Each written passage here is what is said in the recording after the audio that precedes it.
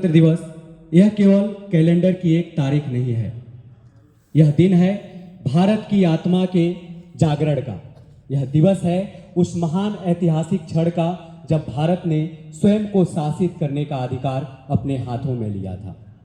26 जनवरी 1950 का वह दिन जब भारत केवल एक स्वतंत्र राष्ट्र नहीं रहा बल्कि संविधान द्वारा संचालित एक गणतांत्रिक राज्य बना था। यह दिन हमें उस ऐतिहासिक क्षण की याद दिलाता है। भारत की पहचान केवल एक आधुनिक राष्ट्र के रूप में नहीं है, बल्कि भारत की पहचान हजारों वर्ष पुरानी सभ्यता के रूप में है। भारत स्वीकारशीलता का प्रतीक है। भारत विश्वास की व्यापकता का जीवंत उदाहरण है। भारत आस्था की स्पष्टता और शुद्धता का प्रमाण है। भारत समानता को नैतिक मूल्य के रूप में अपनाने वाला राष्ट्र है। भारत एक ऐसा राष्ट्र है जहां सदैव वसुधैव कुटुंबकम की भावना रही है। भारत वह राष्ट्र है जो मैत्री और भाईचारे के गौरवशाली परंपरा का वाहक है। भारत समावेशिता की भावना को आत्मसात करने वाला राष्ट्र है। भारत वह राष्ट्र है जो सहिष्णुता को अपनी संस्कृति का आधार मानता है। भारत अहिंसा की भूमि है। भारत सांप्रदायिक सौहार्द और सामाजिक संतुलन की मिसाल है। भारत वह राष्ट्र है जिसे देवों की भूमि कहा जाता है। भारत वह राष्ट्र है जो सदा हमें आगे बढ़ने का संदेश देता है। भारत वह राष्ट्र है जहाँ के लोगों की प्रार्थना में केवल अपने लिए खुशियाँ नहीं होती है, बल्कि उनकी प्रार्थनाओं में शामिल होता है सर्वे भवन्तु सुखिनः, सर्वे सन्तु निरामया, सर्वे भद्राणि पश्यन्तु, मा कश्चित् दुःखभाग् भवेत्। अर्थात सभी सुखी हो, सभी का कल्याण हो, किसी के भाग में दुख ना आए।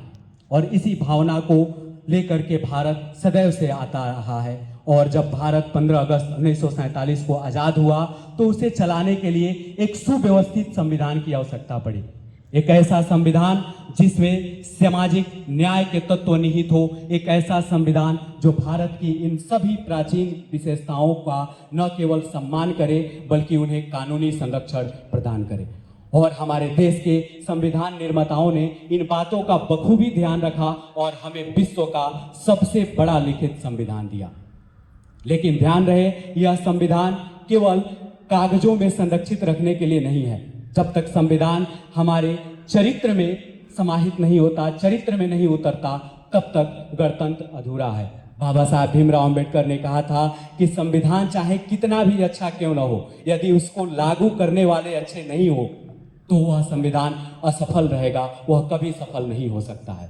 इसलिए आज 26 जनवरी के इस शुभ अवसर पर हम सबको यह संकल्प लेना होगा कि हम अपने संविधान की, अपने गौरवशाली संस्कृति की सदैव रक्षा करेंगे, उसके रक्षक बनेंगे। तभी सच्चे मायने में हम एक देशभक्त हो सकते हैं और देशभक्ति की भावना हमारे अंदर आ सकती है। मैथिली शरण गुप्त ने बड़ी अच्छी एक पंक्ति कही है देशभक्ति के बारे में, जो भरा नहीं भावों से जिसमें बहती रसधार नहीं। जो भरा नहीं भावों से जिसमें बहती रसधार नहीं, हृदय नहीं वह पत्थर है जिसमें स्वदेश का प्यार नहीं। इसलिए हमें सदैव अपने राष्ट्र हित को सर्वोपरि मानना है, राष्ट्र हित को हमेशा आगे रखना है। इन्हीं चंद शब्दों के साथ मैं अपनी वाणी को विराम दूंगा। जय हिंद, जय भारत।